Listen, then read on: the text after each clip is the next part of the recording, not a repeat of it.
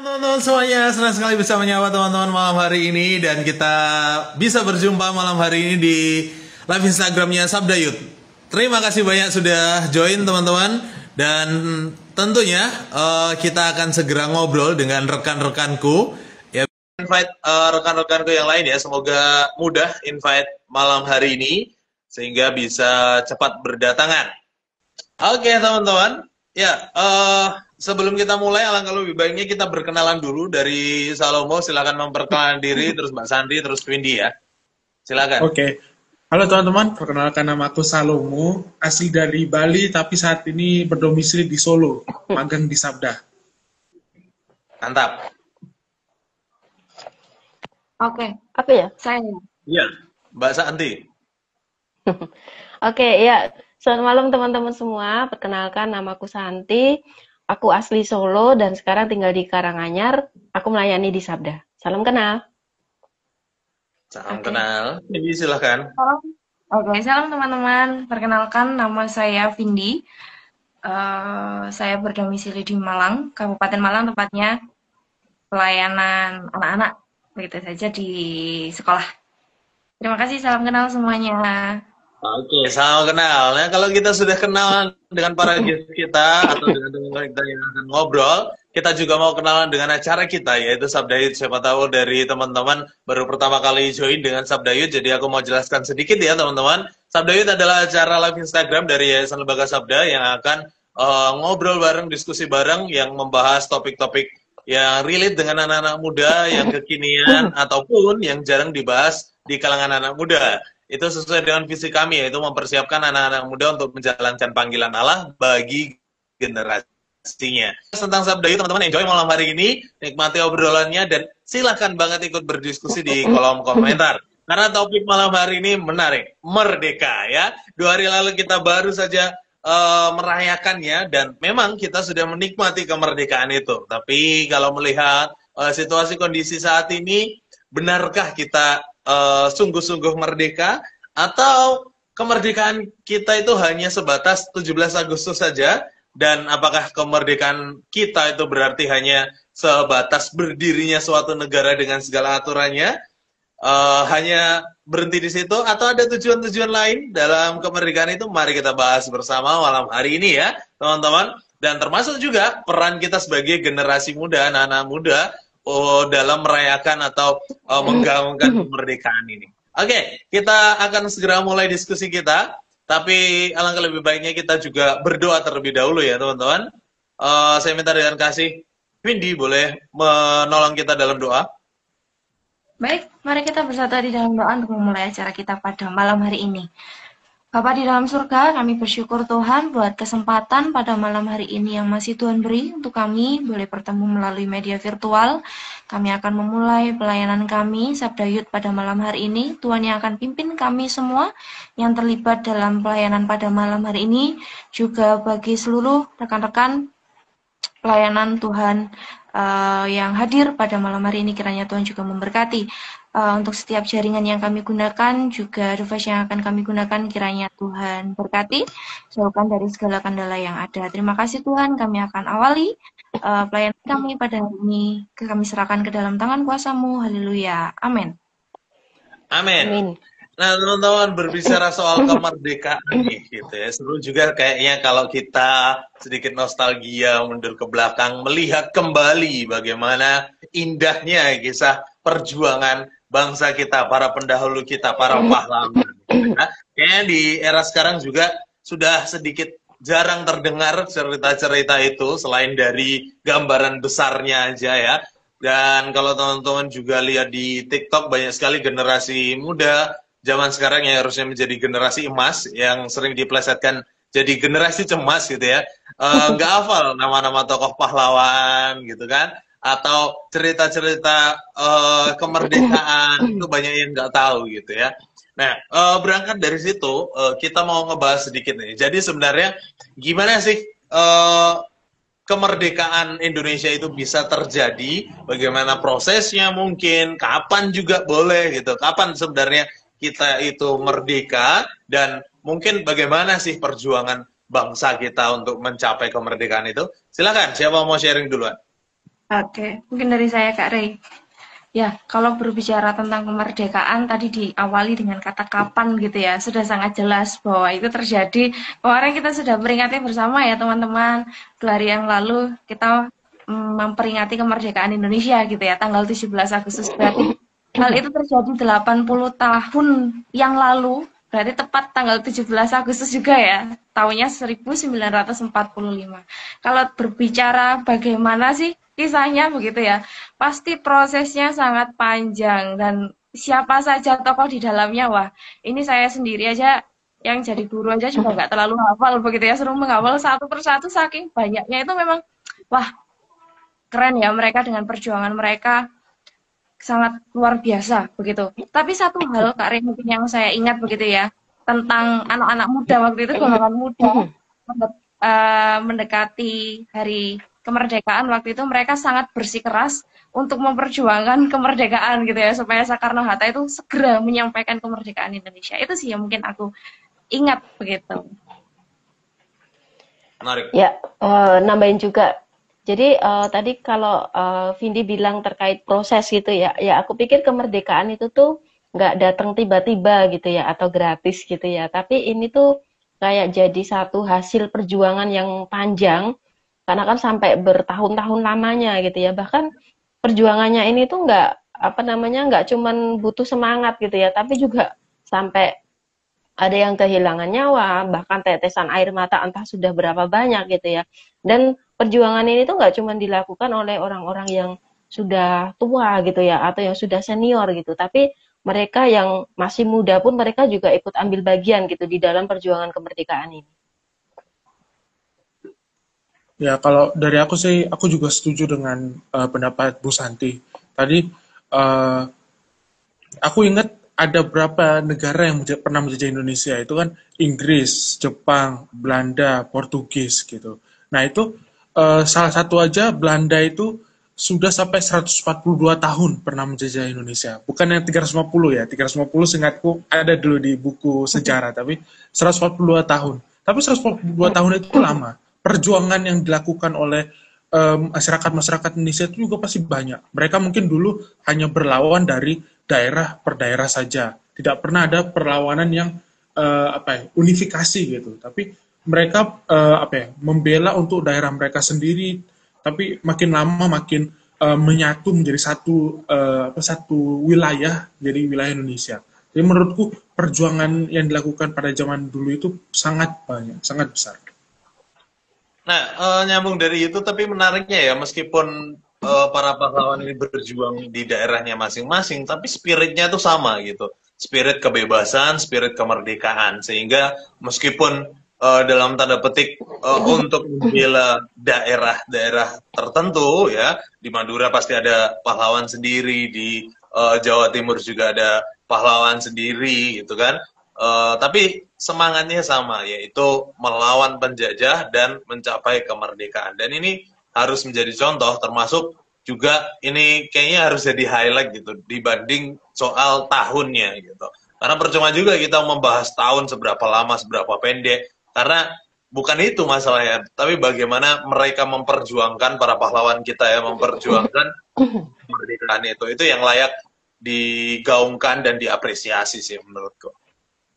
Oke, karena tadi Kak Rey itu sudah bilang perjuangan para pahlawan yang waktu itu tuh sungguh luar biasa gitu ya. Saya sendiri ya, maksudnya kembali kepada pribadi saya, kalau saya diposisikan pada balik lagi 80 yang tahun lalu, mungkin beratus-ratus tahun yang lalu begitu ya, harus berjuang sebagai Gen Z ini kayaknya saya harus angkat tangan duluan gitu Kak Rey. Wah, aku menyerah deh gitu ya. Karena kita kan tadi bilang di awal bahwa kita ini generasi cemas gitu ya, bisa dikatakan kita adalah generasi yang cemas, mudah mengeluh ya gitu, mudah sedikit-sedikit capek begitu ya. Jadi bisa dikatakan kalau kita yang diposisikan pada waktu itu, saya sendiri mungkin wah saya gak sanggup gitu ya berhadapan dengan para penjajah yang ada di Indonesia ini. Jadi memang perlu diakui, wah luar biasa sekali ya perjuangan mereka ini. Sangat keren gitu ya, saya sendiri wah kagum begitu sampai bisa memperjuangkan bangsa Indonesia ini dengan berapa juta warganya begitu ya, kalau kita lihat kita sekarang sangat bersyukur, saya sendiri sangat bersyukur berada di bangsa Indonesia yang luar biasa ini. Ya, kalau dari aku tadi ingin menanggapi juga dari jawaban Mas Rey gitu. Pejuang pada saat itu sangat keren karena mereka mau untuk mengesampingkan perbedaan mereka, mengesampingkan perbedaan-perbedaan daerah, perbedaan-perbedaan adat mereka untuk memperjuangkan satu tujuan yang sama, yaitu merdeka dari penderitaan, merdeka dari opresi yang mereka rasakan. Jadi menurutku itu sih pelajaran penting yang bisa kita dapatkan. Kita di Indonesia ini banyak perbedaan, tapi kan kita memiliki satu tujuan yang sama, yaitu mempertahankan kemerdekaan itu. Itu sih yang pelajaran yang kuharap kita semua bisa dapat. Amin. Iya. Ya, setuju sih. Setuju ya dengan teman-teman gitu ya, ngomongin tentang semangat, ngomongin tentang kesatuan gitu ya, meskipun ada di tempat yang beda-beda, tapi punya tujuan yang sama gitu untuk negara gitu. Jadi aku tuh jadi keinget ya, mungkin tidak hanya pejuang atau pahlawan gitu ya, tetapi ada cerita menarik juga gitu ya di balik layar perjuangan kemerdekaan Indonesia gitu. Jadi aku inget tuh ada satu wartawan gitu kan ya, dia itu namanya BM Diah gitu. Jadi ketika selesai proklamasi itu dibacakan gitu ya pada 17 Agustus 1945, nah naskahnya itu kan sebenarnya asli gitu kan, ditulis tangan oleh Soekarno gitu kan. Nah setelah dibacakan, tau nggak itu naskahnya itu tuh sempat dibuang loh di tempat sampah. Iya, sempat dibuang. Lalu pada akhirnya si ini wartawannya ini tuh ngambil gitu ya, ngambil dan ternyata itu tuh dia simpen sampai berapa lama coba? Sekitar 40 tahunan, 46 tahun kalau nggak salah ya. Lalu setelah itu sekitar tahun 1992 kalau nggak salah itu pas masa pemerintahannya Presiden Soeharto, tau nggak, naskah aslinya itu baru diberikan gitu. Itu yang sempat aku baca di sebuah artikel gitu. Jadi menurutku ya, jadi banyak orang gitu tuh yang memang benar-benar punya peran gitu. Bahkan bayangin kalau naskah aslinya itu sampai nggak dipikirin gitu, oh udahlah ngapain gitu ya. Tapi ternyata enggak, itu disimpan dan sampai sekarang. Mungkin satu lagi Kak, ya. Perkenaan tadi menyampaikan tentang naskah ya. Sempat saya juga baca-baca itu hal yang luar biasa juga. Gitu. Untuk mau menyampaikan naskah proklamasi ini kan gak langsung instan semua bahasa Indonesia mendengarkan gitu ya. Bahwa penyampaiannya itu melalui radio begitu ya. Dari mulut ke mulut mereka bahwa kita ini merdeka, kita sudah merdeka lah. Ini kan berarti butuh perjuangan dan waktu yang lama begitu ya untuk kita semua mendengarkan berita kemerdekaan itu. Jadi kemerdekaan ini kalau kita lihat itu gak instan gitu ya, gak instan. Wah, bangsa Indonesia merdeka. Kalau sekarang kan ada televisi, ada TikTok, ada sosial media yang memang kita bisa akses dimanapun kita berada. Tetapi pada waktu itu untuk menyebarkan berita kemerdekaan aja sampai mereka menyampaikan dari mulut ke mulut, radio. Pada waktu itu belum tentu semua orang punya radio loh ya. Tetapi keren, luar biasa para pejuang pada waktu itu. Sangat ya luar biasa ya, Tuhan taruhkan hikmat atas kehidupan mereka untuk menyampaikan kemerdekaan bagi bangsa Indonesia. Iya, kalau kita coba bayangin momen-momen saat itu ketika Soekarno selesai membacakan dan mengikrarkan kemerdekaan Indonesia, dan itu tersebar di RRI ya, Radio Republik Indonesia kalau nggak salah, itu kan. Nah, aku sedang membayangkan situasi warga Indonesia secara umum, secara keseluruhan yang mendengar gitu ya, betapa senangnya, bersorak-sorainya bahwa oh kita sudah mengikrarkan kemerdekaan kita. Nah anehnya di zaman sekarang tuh sibuk dengan permasalahan sejarah gitu, yang harusnya kita nikmati bersama. Udah kayak detail-detail sejarah yang harusnya kayak bukan jadi inti cerita gitu, kayak tadi soal tahun gitu kan, atau soal proses kemerdekaan. Ada juga kan teori yang mengatakan Indonesia merdeka kan karena nggak ada yang saat itu kekosongan pemerintahan aja gitu kan, karena kekosongan bukan karena berjuang melawan dan membunuh atau mengusir ya, padahal kan justru itu sebuah kecerdikan di mana memanfaatkan momen gitu kan, dan itu jadi berita sukacita bersama yang saat itu aku yakin pasti semua warga Indonesia bergembira gitu. Tapi kenapa sekarang kok jadi nggak bergembira ya? Ya bergembira sih, tapi kayak jadi membuat perdebatan-perdebatan yang sebenarnya nggak terlalu penting gitu, karena bukan jadi inti beritanya. Itu sih. Keren, Gimana menurut memang. kalian? Iya, Silakan. iya, memang untuk saat ini tuh memang harus diwujudkan dengan rasa cita-cita yang besar ya. Jangan sampai kita malah menodai perjuangan para pahlawan pada waktu itu gitu. Khususnya kita para generasi Kristen itu seharusnya bisa bisa mewujudkan paling nggak ketika kemerdekaan kita merayakan kemerdekaan itu dengan rasa sukacita begitulah. Mungkin teman-teman di rumah bisa sambil senyum-senyum juga ya hari ini. Bisa sambil senyum-senyum. Ya rasa sukacita itu memang harus diwujudkan dalam kehidupan kita gitu. Jangan sampai malah menodai para pejuang pada waktu itu yang sudah bersikeras untuk memperjuangkan kemerdekaan kita gitu ya. Makanya sangat luar biasa perjuangan para pahlawan pada waktu itu. Makanya jangan sampai kita para pemuda itu malah menyepelekan ya perjuangan yang sudah dilakukan, yang sudah dikorbankan.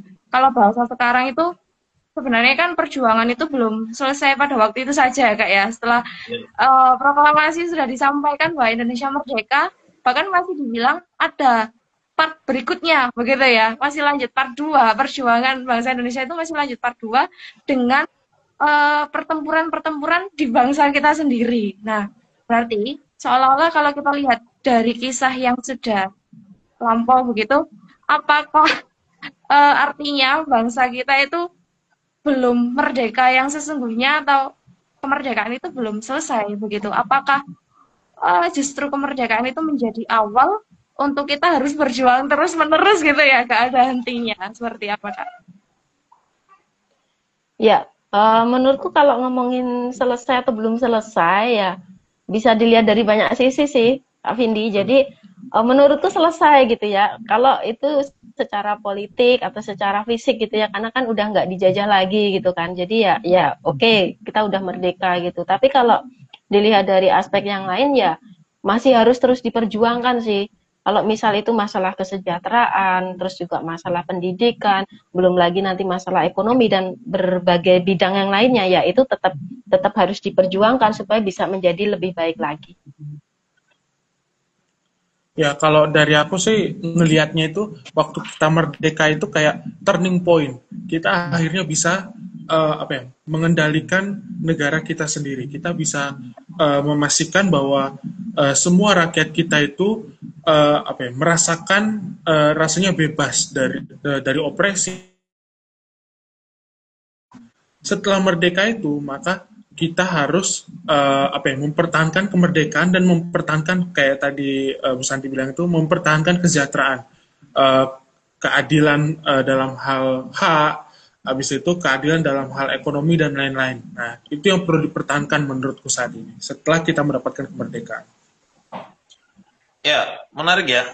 Kalau kita lihat situasi sekarang aja deh, gitu kan, dengan segala pergumulan yang ada ya, mungkin kemiskinan, lapangan pekerjaan, itu kan salah satu bentuk nyata bahwa sebenarnya kemerdekaan kita itu belum benar-benar merdeka karena masih banyak penjajahan-penjajahan dalam bentuk hal yang lain gitu, bukan penjajahan oleh negara, suatu negara gitu ya, tapi dalam hal lain gitu. Dan itu kan ya harus diperjuangkan gitu kan. Nah, oleh sebab itu ya bisa dibilang benar gitu bahwa kemerdekaan itu belum selesai. Nah, dalam arti kita harus tetap memperjuangkan, mempertahankan, dan terus kayak mungkin kalau aku boleh membahasakan mengembangkan kemerdekaan itu. Itu sih. Ya, berarti khususnya untuk saat-saat ini ya, yang berita tentang pemerintah yang banyak korupsi, itu juga perjuangan kita sebagai rakyat Indonesia gitu ya. Untuk harus tetap mau bertahan di bangsa Indonesia dari berbagai banyaknya perjuangan yang sudah dikorbankan oleh para pejuang dahulu gitu ya.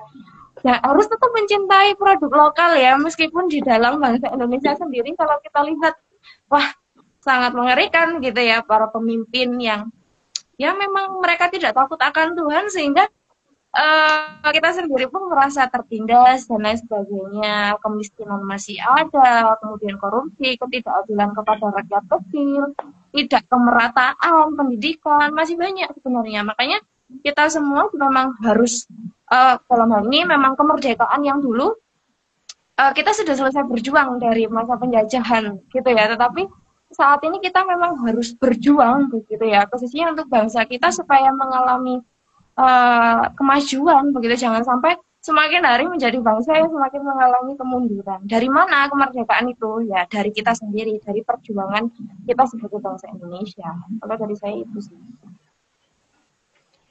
Ya, aku nambahin juga gitu ya. Jadi kadang tuh kalau kita mikir, wah negara kita udah merdeka gitu, seneng gitu ya. Rasanya tuh kayak apa sih yang negara kita itu bisa berikan ke kita gitu supaya kita itu bisa sejahtera, kita bisa hidup enak gitu. Kadang tuh ada mindset seperti itu. Jadi kita kayak menuntut negara kita kan udah merdeka gitu, tapi ada sisi lain gitu ya. Aku tuh menemukan pernyataan gitu ya dari John F. Kennedy gitu ya.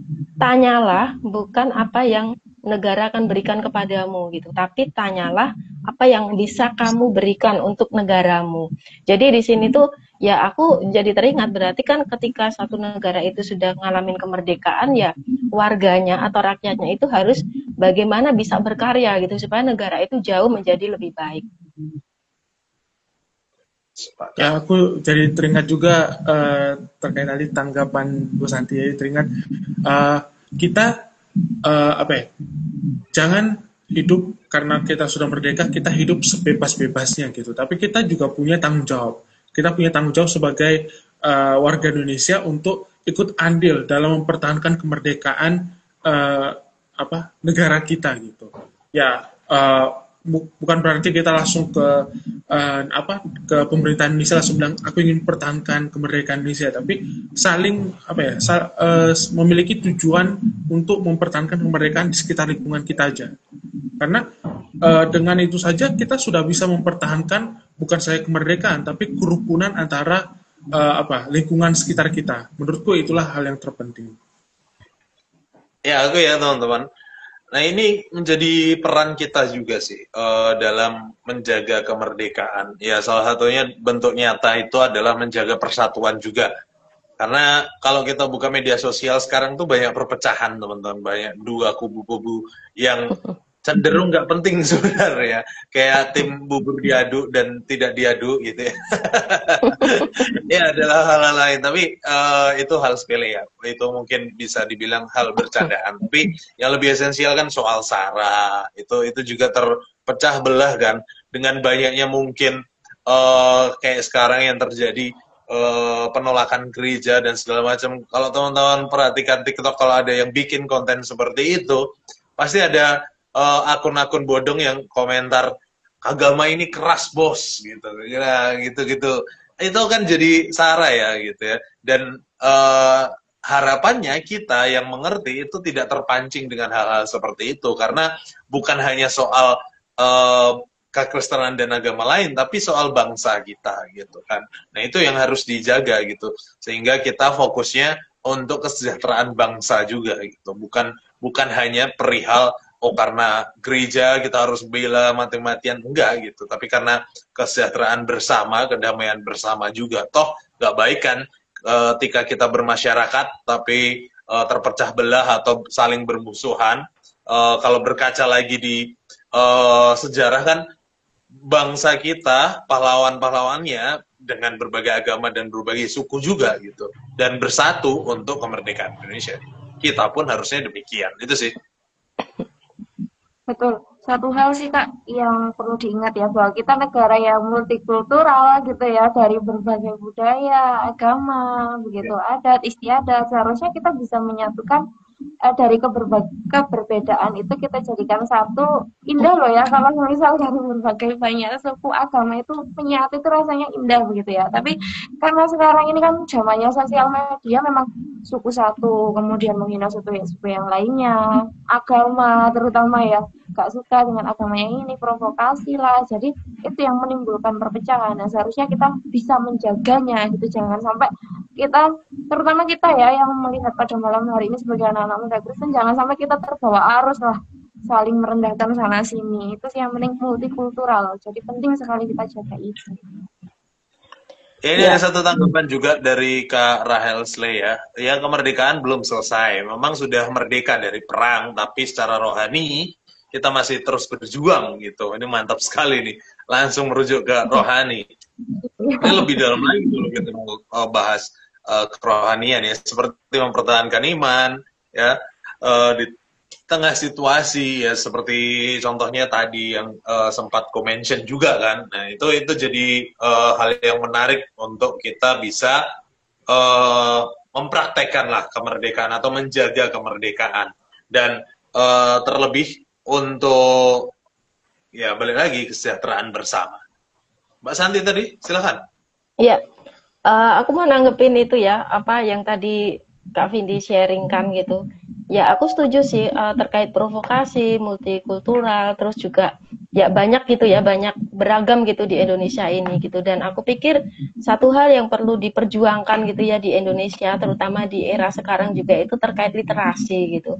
Pendidikan, literasi, karena aku pikir ini sangat penting banget karena kan terkait dengan gimana kita itu bisa berpikir kritis, gimana kita itu nggak mudah terprovokasi karena kan ya informasi bisa datang dari berbagai penjuru gitu ya, di HP kita aja udah banyak banget. Kalau kita itu nggak punya literasi yang tepat, nggak punya apa namanya critical thinking, ya aku pikir itu akan gampang banget gitu ya, kita itu diombang-ambingkan. Ada berita dikit aja, oh ya udah dianggap benar, padahal belum tentu. Ya banyak lah gitu. Jadi kayaknya perjuangannya itu makin kesini makin makin kenceng nih di era kecerdasan, di era kemampuan kita untuk bisa menilai. Ya, Ya, sedikit nambahin sedikit nanti Salmo. Itu juga yang menjadi tugas kita kan dalam mempertahankan kemerdekaan, yaitu meningkatkan kualitas diri kita. Ya, belajar sungguh-sungguh ketika kita menemukan berbagai informasi ya, kekritisan kita terhadap informasi tersebut gitu, termasuk mengembangkan talenta juga. Kalau pahlawan dulu berkorban dengan darah gitu ya, kita berkorban dengan belajar dan berkarya. Itu sih. Silakan Salomo. Sedikit lagi saya. Oh, Pak. iya. Sebenarnya kalau ada murid saya ini asik ya. Sebenarnya kalau ada murid saya ini, Pak, saya mau sampaikan gitu. Penting sekali loh, kamu ini sekarang banyak baca, banyak literasi gitu ya. Sangat anak-anak sekarang itu memang apa ya, komentar-komentarnya itu sangat-sangat negatif gitu ya, tidak mendukung informasi apa sedikit itu langsung lah beliin itu disampaikan begitu oleh mereka. Anak-anak SD itu sudah pandai gitu ya, makanya kalau ada murid saya ini saya mau sampaikan, ayo banyak-banyak literasi gitu ya. Oke Kak Salomo silakan. Kok aku kayak terselak terus. Di zaman sekarang tuh banyak sekali anak-anak muda yang berpendapat tapi gunakan dengan referensi menurut ChatGPT itu begini. Waduh. Ini terjadi. Jadi kayak kayak seolah-olah langsung benar gitu ya. Betul. Silakan. Ini jangan disela lagi nih. Salomo mau bicara. Iya. Ya, mohon jangan salah lagi.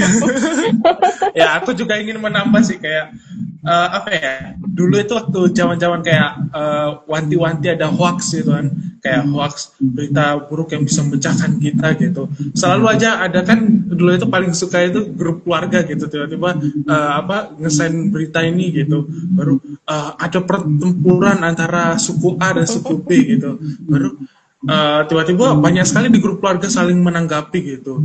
Nah, yang ku pelajari itu seberapa pentingnya sih digital literasi itu, kayak kita membaca informasi itu ya kita pastikan bahwa berita itu benar apa enggak.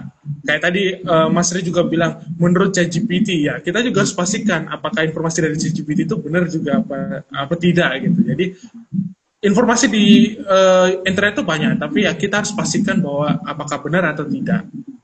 Nah, makin ini seru aja, jadi kayak keselat terus juga aku dari tadi percakapannya ini.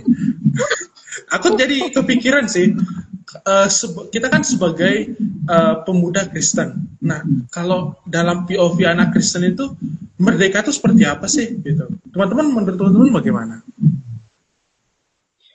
Aku ya. Ya, kemerdekaan dalam sudut pandangan anak Kristen tentunya kurang lebih menurutku ya gitu ya, kurang lebih itu sama secara prinsip gitu. Dalam artian ya kebebasan dari suatu hal gitu. Kita merdeka dari satu hal, dan satu halnya apa, yaitu dosa gitu kan. Nah, jadi memang secara fisik Indonesia sudah merdeka, bangsa kita sudah merdeka. Nah, tugas kita adalah kemerdekaan Kristen, yaitu kerohanian kita gitu kan. Itu yang harus dipastikan, dan itulah kemerdekaan Kristen. Kemerdekaan Kristen adalah suatu kebebasan kerohanian yang tadinya terbelenggu oleh dosa, sekarang terbelenggu oleh kuasa Kristus gitu kan. Dimerdekakan oleh Kristus. Jadi dibeli oleh Yesus dengan darah yang mahal, dan menjadi hambanya Yesus gitu, bukan lagi hamba dosa. Itulah kemerdekaan menurutku. Silakan teman-teman kalau mau nambahin. Iya. Ya, Oke, Kak Salomo. oke. Kalau dari aku sih apa ya? Merdeka sebagai Kristen itu ya, tadi kan merdeka dalam bentuk fisik gitu kan. Kita sudah bebas dari opresi dan lain-lain. Tapi kalau merdeka dalam Kristen menurutku, merdeka secara rohani yaitu ya sudah, kita tidak takut lagi akan dosa, karena Tuhan telah membebaskan kita dari dosa, dari kematian. Kita sudah diberikan keselamatan.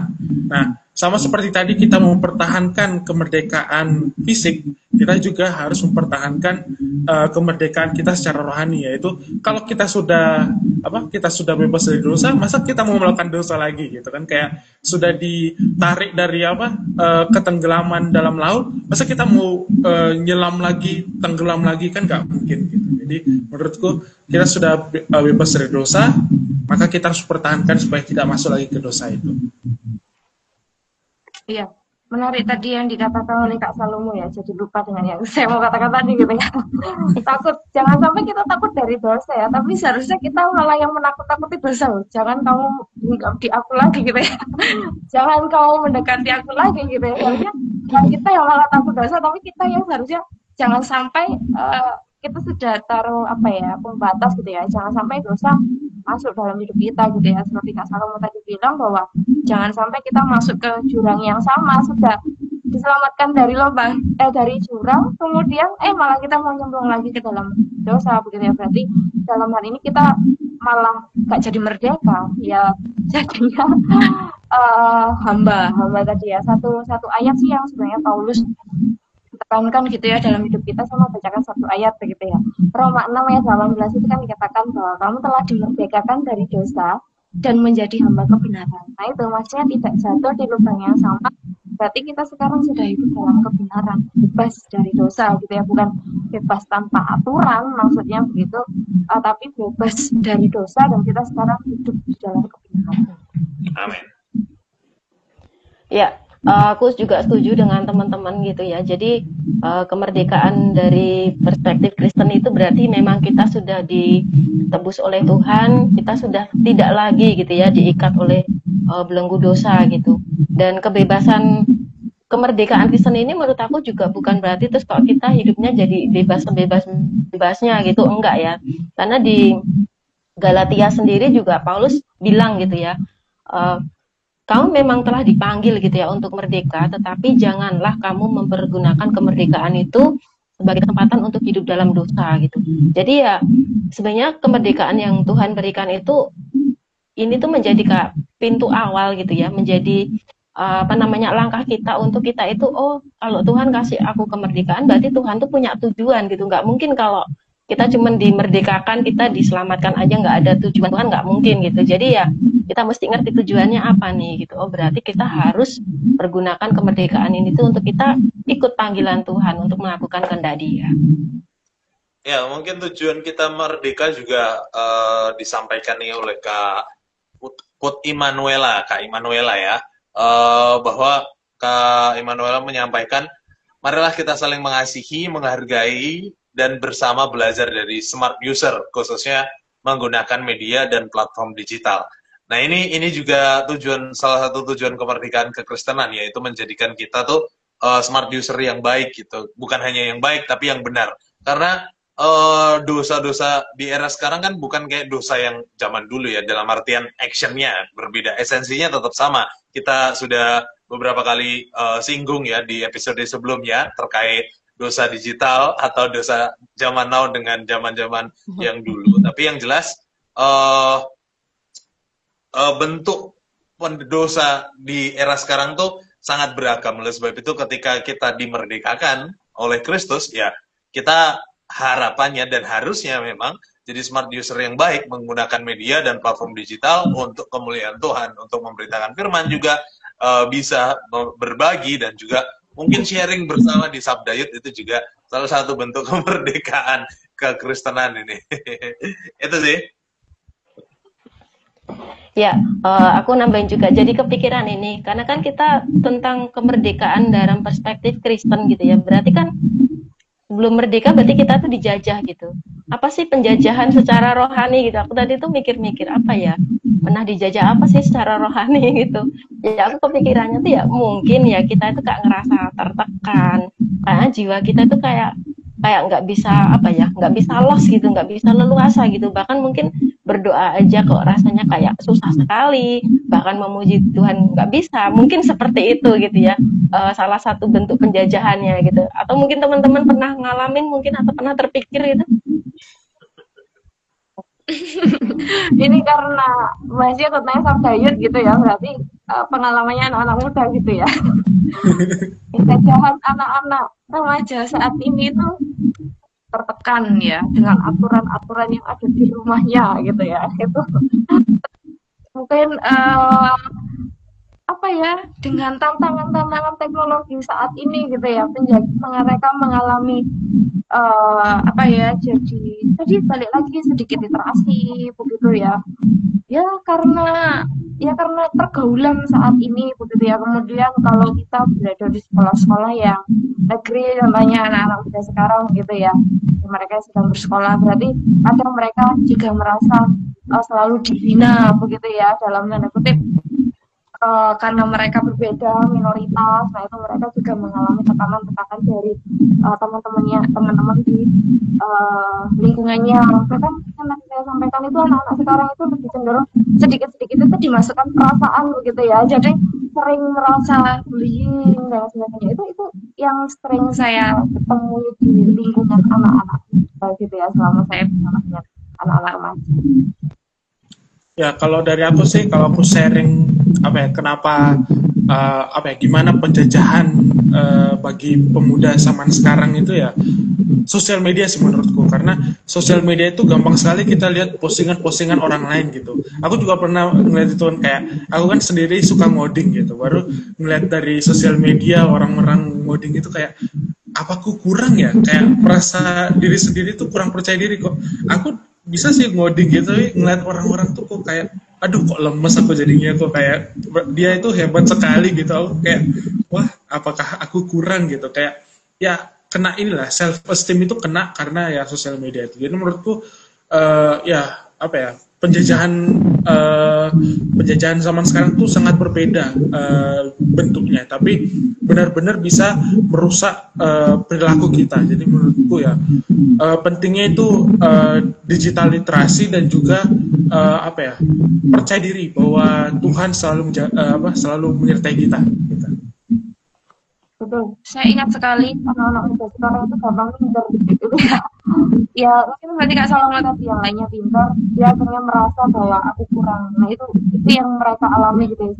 Sedikit aku nggak bisa ya, aku bodoh ya gitu. Anak-anak sekarang itu kadang mikirnya ada yang seperti itu gitu. Jadi hilangnya rasa kepercayaan diri dari anak-anak muda zaman sekarang itu yang sering saya lihat dengan pergaulan mereka. Jadi timbul, ya aku meragukan diriku sendiri gitu ya. Jadi aku gak punya talenta lah, aku gak punya kelebihan seperti teman-teman yang lain lah. Oh, sudah ya? Oke. Ya audionya kadang tiba-tiba mendem terus gitu. Jadi agak-agak aku berusaha memperhatikan. Tapi yang jelas kemerdekaan kekristenan khususnya dalam POV anak muda gitu ya, dan hal-hal yang mengikat memang cenderung seputar hal-hal digital sih menurutku, karena itu jadi tantangan terbesar gitu. Kayaknya validasi itu kan sering terjadi ya, dan akhirnya anak-anak muda mengejar validasi dan terikat oleh validasi dan bawaannya terus mau melakukan sesuatu demi validasi juga dari orang lain, dan itu sering terjadi pun dengan orang-orang yang memang sudah terjun pelayanan pun terkadang terjebak pada hal itu gitu. Contohnya akhirnya ngejar viewers, like dan komen gitu. Ya apapun tampangnya, tapi kayak merasa kalau viewersnya jelek nih, jadi akhirnya ngejarnya ke situ. Nah, yang padahal fokusnya bukan soal itu gitu kan, tapi soal bagaimana kita berbagi dan berperan di dalamnya gitu. Itu sih. Ya, aku pikir masing-masing teman-teman muda ini ya pasti pernah ngalamin itu tadi ya, entah apa namanya, terikat sama apalah atau merasa gimana lah, tertekan dan macam-macam gitu ya, bahkan mungkin kecemasan gitu ya, yang kok susah banget sih aku cemas terus atau apa gitu ya. Cuman ya lagi-lagi tadi kita sudah bahas ya tentang kemerdekaan dalam Kristus gitu ya, kemerdekaan sejati gitu ya. Jadi kemerdekaan yang sudah Tuhan berikan itu ya, kebenaran itulah yang sebenarnya membebaskan kita gitu ya. Jadi dimana kita menyambut kemerdekaan yang sudah Tuhan berikan ini dengan benar-benar hidup baru di dalam Tuhan, dan kita melakukan apa yang baik gitu. Ya cuman ini sih kadang tuh kalau ngomongin masalah kemerdekaan, wah ini aku mesti lakuin apa nih gitu ya, atau aku mesti punya peran apa gitu, entah itu di gereja maupun di pelayanan maupun di tempat di mana Tuhan taruh kita gitu ya. Cuman kadang tuh mikirnya, ya kalau aku mau berperan pun juga ada kesempatan nggak nih, atau waduh nggak ada kesempatan nih, terus aku juga mau ngapain gitu kan ya. Nah cuman nih kalau kita kadang mikir nunggu kesempatan, ya bisa jadi malah kita nggak tahu, nggak nangkep gitu ya, atau bahkan kita mikir nggak ada. Nah cuman apakah kita itu sebenarnya bisa nyiptain kesempatan gitu untuk kita itu sebagai anak muda Kristen itu bisa apa namanya, bisa berperan gitu ya, untuk kita itu bisa menciptakan freedom with a purpose gitu ya, supaya kita itu juga bisa ambil bagian gitu di dalam kemerdekaan yang sudah Tuhan berikan. Gimana menurut teman-teman tentang hal ini?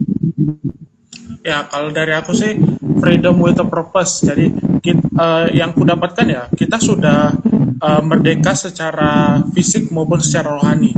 Maka kita gunakan kemerdekaan itu untuk atau membuat sebuah tujuan untuk memuliakan nama Tuhan gitu. Maksudku adalah kita kan saat ini kayak contohnya lah, aku ingin sharing dikit lah. Kalau di gerejaku kan banyak pemuda gitu. Nah biasanya kami selalu buat kayak acara bansos gitulah, untuk saling membantu lingkungan kita gitu. Nah menurutku memang bansos itu bukan hanya mengirimkan bantuan aja, bantuan sosial apa enggak, tapi sharing lah, kita saling berbicara dengan orang-orang yang kita bantu, kita saling membantu, mungkin mereka mengalami masalah, kita bantu gitu. Menurutku bukan hanya dalam arti bantuan aja yang penting, tapi kita ikut andil, kita ikut berperan, itulah yang membantu mereka bantu mereka melepaskan diri dari masalah mereka yang mereka alami gitu. Karena ya itu sih menurutku, freedom with purpose. Kita tidak perlu membuat acara yang berskala besar, tapi yang penting kita membuat acara yang bisa berdampak bagi lingkungan sekitar kita gitu. Itu menurutku freedom with purpose. Oke. Kalau dari saya ya, mungkin tadi kalau membuat acara itu untuk kalangan yang sudah dewasa gitu ya. Kalau mungkin teman-teman sekarang sedang bersekolah gitu ya, dalam masa sekolah, berarti dimanapun teman-teman berada itu bisa juga berdampak seharusnya ya. Kalau sedang mengalami kemerdekaan dalam diri teman-teman semuanya, seharusnya kita bisa berdampak dimanapun kita berada. Kalau teman-teman yang sedang sekolah, berarti sekolah dengan baik, kemudian jangan bandel-bandel lah ya anak-anak sekarang. Yang pusing gurunya kalau anak-anak bandel gitu ya. Ya kalau di sekolah berarti menjadi berkat di sekolah, kemudian sopan gitu ya. Kalau yang kedua, kalau misal teman-teman berada di lingkungan masyarakat, bekerja gitu ya, dalam lingkungan masyarakat, dia sudah berikan wujudkan kita adalah anak-anak Kristus gitu ya, menjadi terang dan terang dimanapun teman-teman berada.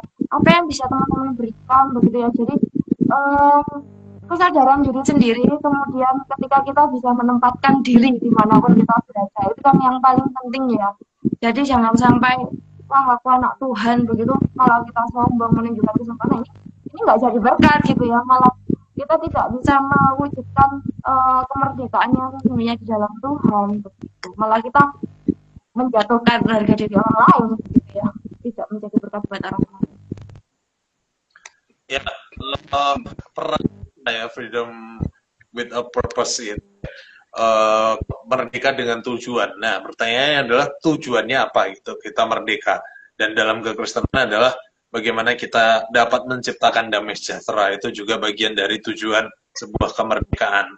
Dan damai sejahtera itu tercipta juga bukan hanya tentang personalnya atau tiap-tiap orang, tapi juga bagaimana lingkungannya bekerja maksimal. Kan sering terjadi kita healing itu di tempat-tempat yang rindang, pohonnya besar, karena oksigennya kan lebih lancar sehingga kita lebih rileks. Nah, tumbuhan pohon-pohonan besar ini bisa terjaga kan, itu peran kita juga gitu ya. Jadi itu salah satu peran kita gitu untuk menciptakan sebuah kemerdekaan, yaitu peduli terhadap sesama dan juga lingkungan kita gitu kan, untuk kita dapat menjaga bumi kita, bagaimana kita tetap menjaga bertumbuhnya pohon, dan ya itu lingkungan hidup yang kayaknya juga bisa jadi bagian yang kita ambil deh, peran-peran tersebut yang mungkin lebih sederhana ya dibanding dengan yang lainnya. Bukan berarti yang lain tadi salah, enggak juga gitu, tapi saling melengkapi gitu.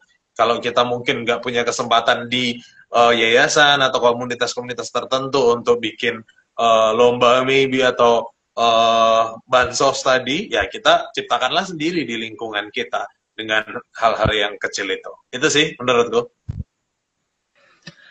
Ya, aku tadi kepikiran tentang ini ya, freedom with a purpose tuh berarti ketika Tuhan udah kasih kemerdekaan gitu ya, berarti kan memang itu ada tujuannya gitu kan ya.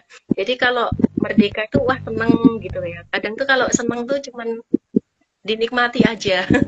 Dinikmati tanpa ngapa-ngapain gitu ya, tapi kan nggak kayak gitu gitu ya. Jadi Tuhan udah kasih kemerdekaan ya, berarti kita harus mau melakukan sesuatu gitu ya, melakukan sesuatu yang itu memang Tuhan kehendaki, yang untuk memuliakan Dia gitu ya.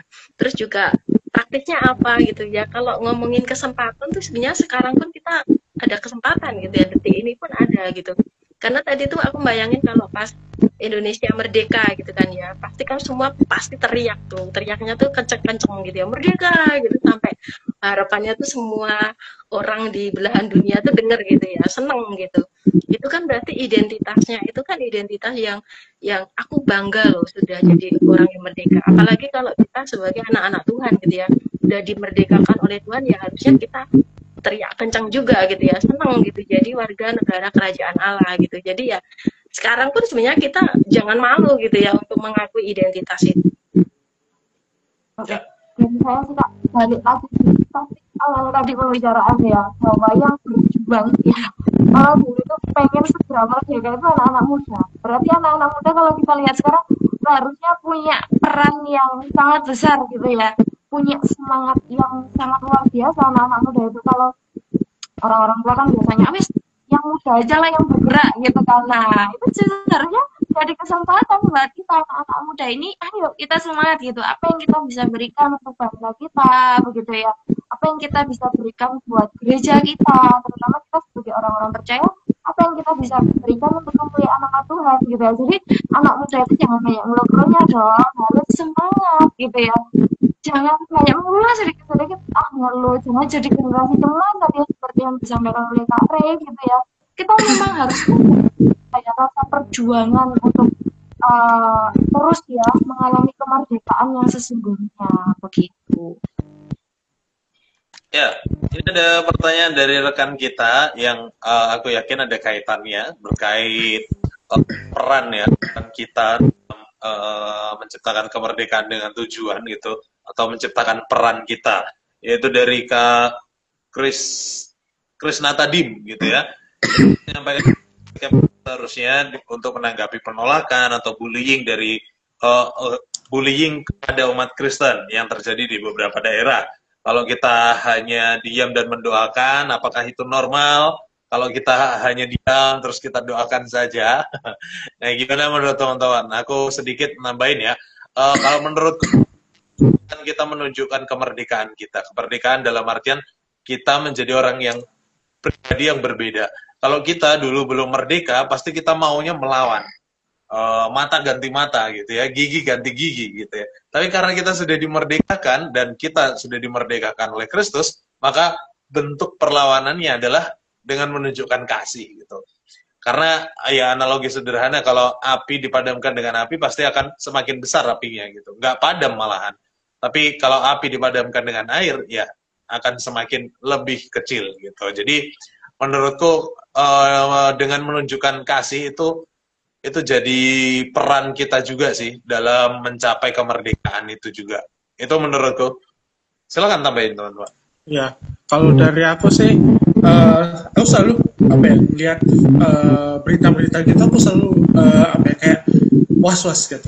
Aku dulu pernah mikir, aku kalau ngeliat berita ini apa ya, gimana aku responnya gitu. Aku selalu pikir gitu karena di satu sisi aku kepikiran apakah ini sebenarnya masalahnya di perizinan, mungkin kayak sebenarnya lagi ada apa masalah perizinan dan lain-lain, atau mungkin ya terjadi sesuatu di antara kedua belah pihak. Itu aku, karena aku sendiri bukan berada di lokasi itu, aku jadi apa ya, selalu berpikir aku tidak bisa berbicara di situ. Jadi aku selalu berpikir ya, kalau aku pernah akan mengalami hal tersebut, aku akan selalu berusaha untuk memberi kasih seperti kata Mas Ri gitu. Karena kalau kita langsung apa ya, kayak bereaksi dengan kemarahan terhadap hal tersebut, malah kita makin apa ya, merusak kerukunan antara warga Indonesia gitu kan.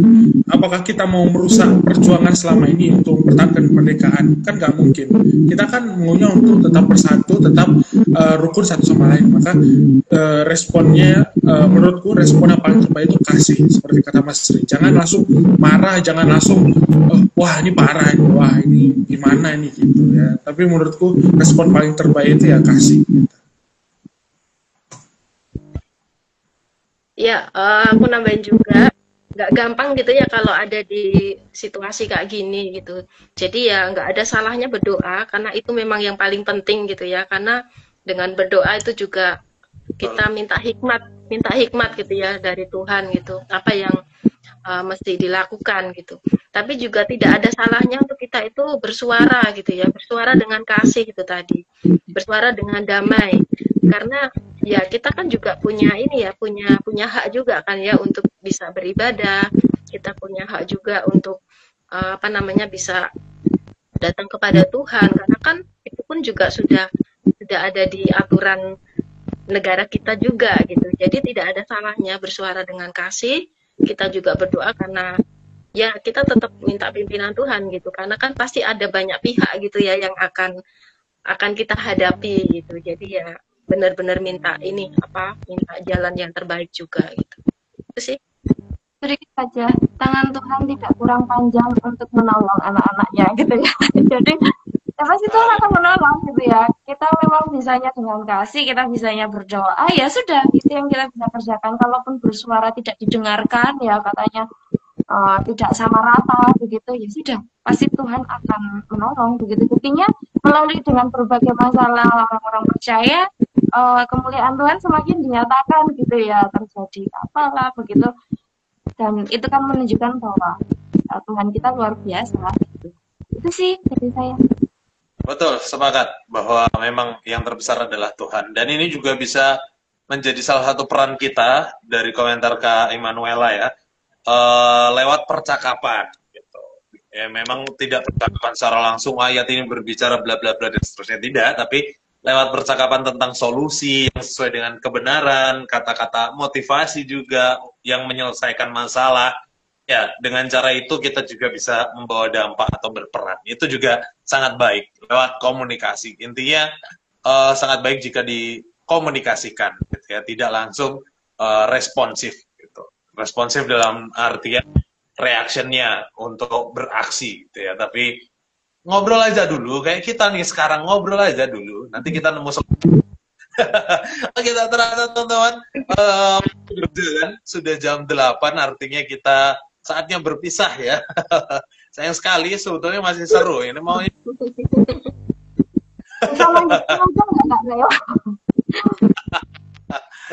tapi kasihan ya nanti yang nonton pergi karena kuotanya habis kalau terlalu lama. Sebelum menutup ya, kita berikan closing statement dulu dari masing-masing kita, dari Salomo, terus Vindi, terus aku Mbak Santi terakhir. Silakan. Oke, closing statementku ya, kita sudah dimerdekakan secara fisik maupun rohani. Ayo kita jalani hidup kita dengan tujuan yang mulia. Semangat. Mantap. Oke, dari saya, jangan sia-siakan atas kemerdekaan yang Tuhan sudah beri dalam kehidupan kita, terus tinggal dalam kebenaran. Prinsip saya terus jadi berkat dan berdampak bagi banyak orang. Dimanapun kita berada, masih sekolah, di gereja, atau yang sudah bekerja, terus tunjukkan sikap teladan Kristus dalam hidup kita. Itu sih, semangat, merdeka. Merdeka, ya itu. Ya kita sudah dimerdekakan oleh Kristus, jadi saatnya kita juga menolong orang lain untuk menyadari kemerdekaan itu dan menolong bangsa kita terlebih ya dengan peran-peran yang sudah kita lakukan tadi, dengan ngobrol, dengan berdiskusi, dengan membagikan konten juga termasuk ya, dengan menjaga kesejahteraan kota kita, lingkungan kita, dengan menjaga bumi kita, itulah yang kita lakukan sehingga kemerdekaan itu punya tujuan yang jelas untuk kemuliaan Tuhan dan kenyamanan kedamaian bangsa kita. Tuhan Yesus memberkati. Mbak Santi, silakan. Amin. Ya, dari aku merdeka itu bukan hanya soal apa yang telah diberikan ke kita atau apa yang telah kita capai, tapi juga tentang apa yang harus kita perjuangkan bersama gitu ya, terkait rohani, terkait bangsa, terkait masyarakat, banyak. Dah, itu aja. Wah, ya, thank you banyak. Oke, teman-teman, thank you. Kami harus pamit undur diri, tapi tenang saja, minggu depan kita masih berjumpa ya di hari yang sama, di jam yang sama, di hari Selasa jam 7 malam. Tapi dengan topik yang berbeda, karena minggu depan kayaknya jadi puncak di Agustus itu ya. Minggu depan topiknya adalah Save to Serve, ya, diselamatkan untuk melayani gitu ya. Nah itu topik kita minggu depan, dan sedikit pengumuman teman-teman, bagi teman-teman yang berusia 15 sampai 30 tahun, silakan join bersama dengan kami Youth Learning Center, YLC ya, Sabda YLC, Sabda Youth Learning Center, untuk kita boleh berdiskusi bersama dengan topik berani karena benar, merdeka. Ya, itu merupakan diskusi melalui WhatsApp group yang akan mendiskusikan setiap harinya pertanyaan-pertanyaan yang menarik, dan juga tentunya kita bisa mengeksplor seputar berani karena benar ini, dan tentunya dengan sudut pandang yang benar juga ya, yaitu Alkitab. Silakan join, kontak kami, DM, atau lihat brosurnya di Sabda Resources maupun di Sabda MLC. Silakan hubungi kami ya. Jangan ragu-ragu karena diskusi ini gratis, dan kalian juga bukan hanya dapat insight atau dapat ilmu yang baru, tapi pasti punya teman yang baru juga, ya? Punya komunitas yang baru. Sama-sama untuk kemuliaan Tuhan. Thank you banyak ya, sekali lagi teman-teman. Thank you Mbak Santi, thank you Salomo, dan thank you Vindi. Dan teman-teman di rumah yang sudah memberikan komentar, thank you banyak. Jangan lupa minggu depan hadir lagi ya teman-teman. Kita tutup diskusi kita dalam doa. Salomo boleh menutup kita dalam doa? Baik teman-teman, mari kita berdoa. Tuhan Yesus, pada malam hari Tuhan kami berterima kasih karena Tuhan telah menyertai kami, memberkati kami untuk mempelajari apa itu makna kemerdekaan yang penuh Tuhan, kemerdekaan dalam bentuk fisik maupun rohani Tuhan. Kami berterima kasih Tuhan karena Tuhan telah memberikan kami tujuan hidup yang baru untuk tetap hidup dalam merdeka, tetap hidup dalam tujuan yang mulia Tuhan. Tuhan berkatilah segala hal yang akan kami lakukan di hari-hari selanjutnya Tuhan. Berkatilah supaya semua hal yang akan kami lakukan bisa membuahkan bagi nama-Mu Tuhan. Dalam nama Tuhan Yesus, amin. Amin. Amin. Thank you banyak lagi teman-teman semuanya. Sampai jumpa minggu depan. Terima kasih semuanya. Terima kasih. Dan berkati.